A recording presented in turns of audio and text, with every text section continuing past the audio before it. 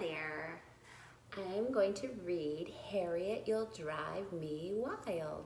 This is a great book, especially for teaching little ones that mommies and daddies can get frustrated sometimes too, and they can make mistakes.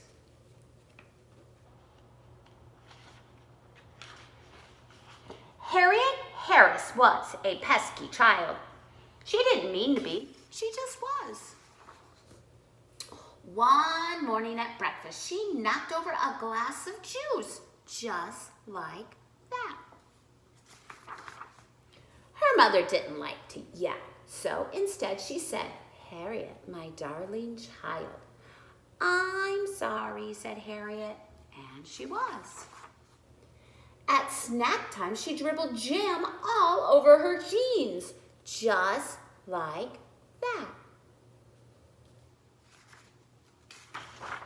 Her mother didn't like to yell, so instead she said, "Harriet, my darling child, Harriet, you'll drive me wild." "I'm sorry," said Harriet, and she was.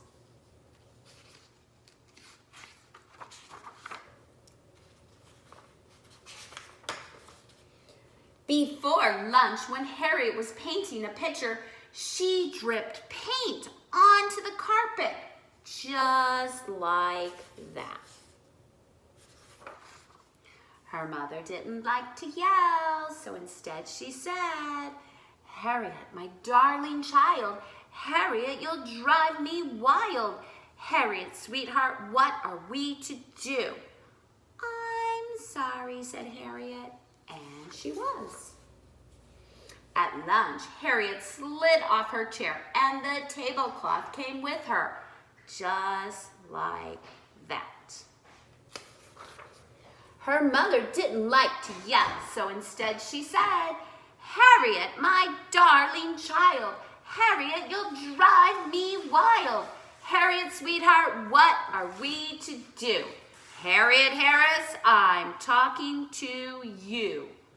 "I'm sorry," said Harriet, and she was. Later that afternoon, when Harriet was meant to be napping, she ripped open a pillow just like that. 1,000 feathers flew in every direction. There was a terrible silence.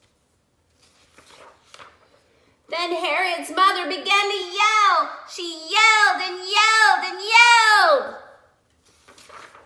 "I'm sorry," Harriet cried. "I'm really, really sorry." Her mother took a deep breath. "I know you are," she said, hugging Harriet tight.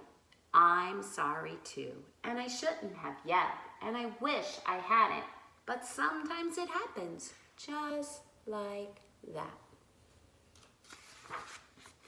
"Big mess," said Harriet.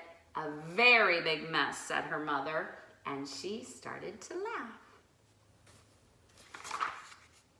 And they laughed and laughed and laughed and went on laughing as they picked up the feathers together.